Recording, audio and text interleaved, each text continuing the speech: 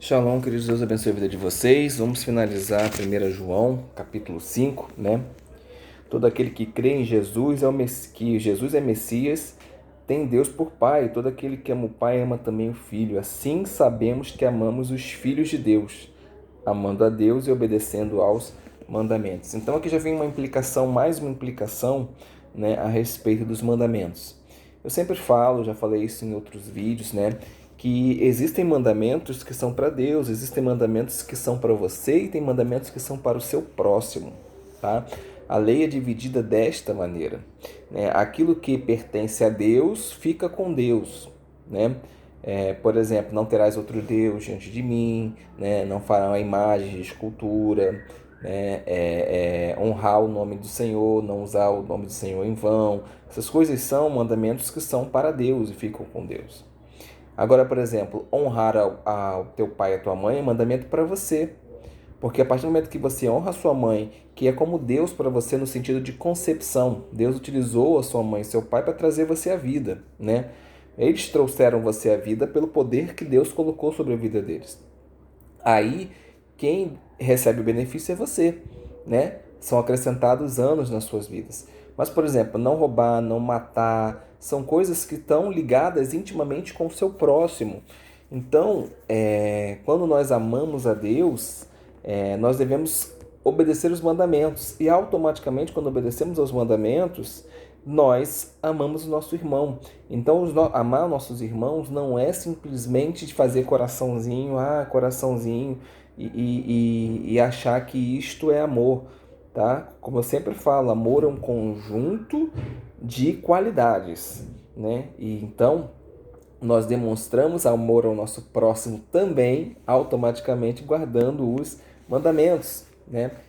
E aí ele continua, porque amar a Deus significa obedecer os mandamentos. Além disso, os mandamentos não são pesados, porque todos os que têm Deus por Pai vencem um mundo, né? E esta é a vitória que vence o mundo, a nossa fé.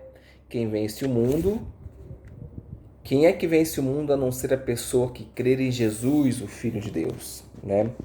Então isso é primário, tá? E, infelizmente as igrejas não ensinam, então a gente tem que caçar, a gente tem que buscar, a gente tem que procurar, tá bom? E aí ele vai falar ali a respeito do testemunho, né, da água, do testemunho do sangue e do testemunho do Espírito, tá? Existia um ensino gnóstico que algumas igrejas até seguem no dia de hoje, que quando Jesus desceu no rio e ele foi imergido e voltou, batizado e voltou, ali desceu Cristo espiritual, tá? Isso não é verdade, tá? Ali o Messias realmente estava ali presente. Ele deu testemunho através do batismo na água, tá? Ele morreu como ser humano, não fingiu ser um ser humano, como esse ensino gnóstico ensina, tá? Ele era um ser humano, ele passou por tudo como ser humano, ele sofreu como ser humano, tá? Morreu e por ter vencido, né? Por ter cumprido toda a lei, por ter vencido aquilo que Deus colocou sobre ele, que ele aceitou ser colocado sobre ele, né? Que Jesus ele decidiu que iria fazer isso.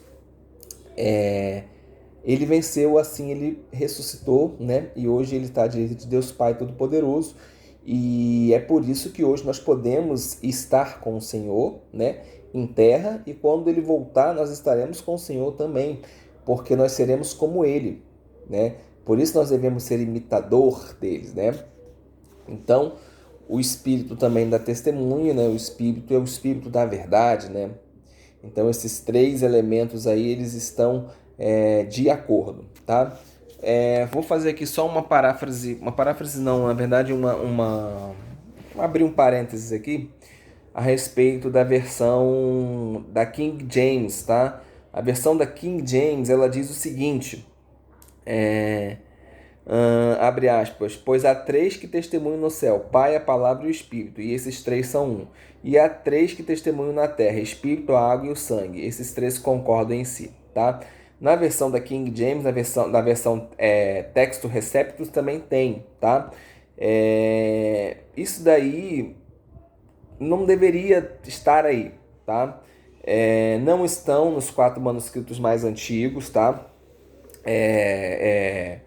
não está em nenhum manuscrito anterior ao século XIV. Então, assim, é algo que foi infelizmente colocado, não está de acordo ali com as questões, com as controvérsias trinitarianas, né? As controvérsias sobre a Trindade que haviam ali no século IV, né? Não tem nenhuma versão anterior a esse século também. Então, assim, não tem nenhuma boa razão para que ela estivesse aí, tá? Então, na versão da King James tem essa condição aí, tá? Bom, sigamos aqui com o nosso texto e vamos lá. Muito bem. Os que têm o filho têm a vida, e os que não têm o filho não têm a vida. Eu lhes escrevi essas coisas para que saibam que possuem a vida eterna. Vocês que mantêm a fé na pessoa e no poder do Filho de Deus. Então, que a gente possa manter a nossa fé no Senhor. Essa fé que temos na presença dele. Se pedirmos alguma coisa de acordo com a vontade dele, ele nos ouve, tá? E se sabemos que ele nos ouve, seja qual for o nosso pedido, sabemos que temos que dele pedimos, tá? Então, nós pedimos as coisas ao Senhor, mas tem que estar debaixo da vontade dele. Ah, pai, eu queria matar fulano. Peraí, isso aí tá fora da vontade de Deus, tá? Então, que a gente possa ter sabedoria para fazer os pedidos da maneira correta. Então, se alguém vir o seu irmão cometer um pecado que não leva à morte, peça a Deus que lhe dará vida a quem pecou. Tá vendo? Deus quer que você peça pelo seu irmão, né? Mas olha que ele faz aqui uma condicional, né? Pecado que não leva à morte. Né? Aí ele bota assim: existe pecado que conduz à morte. Não estou dizendo que se deve orar por esse. João, o apóstolo do amor, está dizendo que nós não devemos orar por pecados que conduzem à morte. Toda injustiça é pecado. Injustiça é quebra da lei, tá? Injustiça. Toda injustiça é pecado, mas há pecado que não leva à morte. Só de cara já se quebra isso daí, aquela questão de não existe pecadinho e pecadão, tudo é pecado. Sim, tudo é injustiça, mas existem sim graus diferentes de injustiça. Tanto é que os sacrifícios não são todos iguais, né? Os sacrifícios não eram, na verdade, todos iguais. Eles eram diferentes.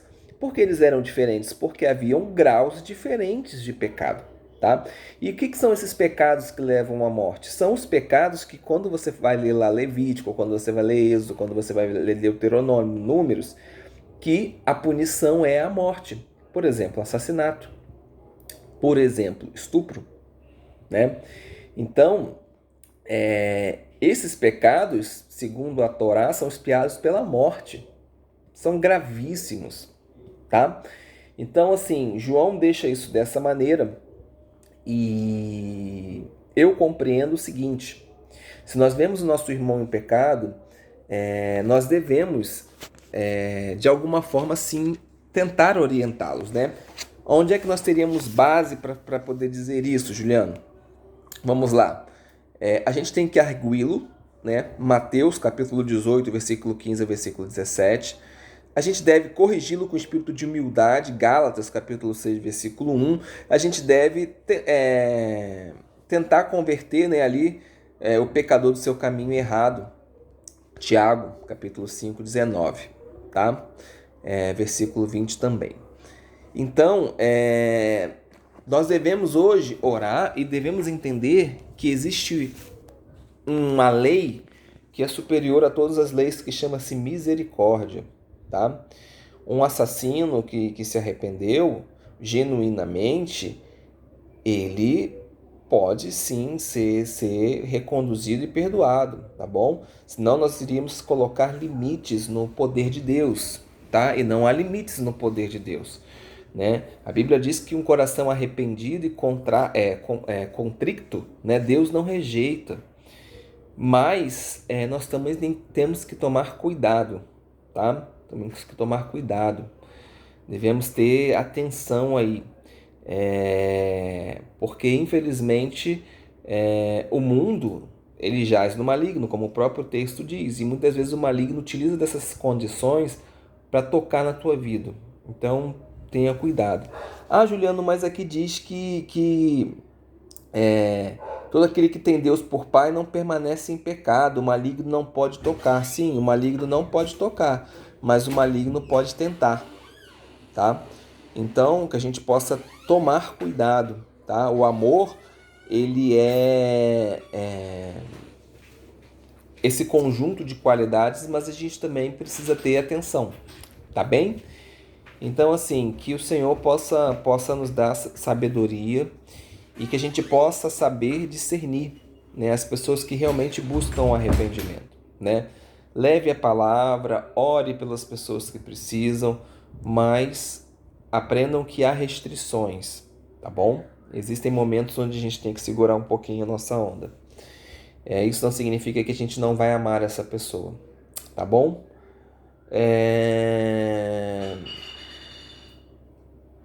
Talvez eu não tenha me expressado direito, né? Vou tentar fazer diferente. É necessário que essa pessoa se arrependa, tá bom? O assassino precisa se arrepender. O assassino precisa encontrar Jesus, tá bom? Se fosse assim, o assassino que estava lá na cruz com Jesus, no ladrão na cruz, os assassinos, não, nenhum teria herdado. Inclusive o próprio Moisés foi um assassino, né? O próprio Paulo participou de um assassinato. Mas existem pecados que levam à morte. Então, igreja, prestem atenção nisso. Nós podemos estar hoje cometendo pecados que levam à morte e, teoricamente, nós estamos na graça de Cristo. Se estamos na graça de Cristo, estamos cometendo essas coisas, alguma coisa de errado tem. Então, que vocês possam prestar atenção. Amém? Então é isso. Que o Senhor abençoe e te guarde, que o Senhor faça resplandecer o rosto sobre ti e tenha misericórdia de ti, que o Senhor sobre ti levante seu rosto e te traga shalom. E a gente se vê aí numa próxima série. De repente vai ser agora a 2 João, depois 3 João, e aí vamos para Pedro, 1 Pedro, 2 Pedro, e aí depois nós vemos para onde nós vamos. Amém? Shalom. Vamos preparar Apocalipse, vai vir bomba, viu? Vai ser estudos bem longos, bem grandes, mas que vão trazer um entendimento bacana aí para vocês, tá bom? Deus abençoe.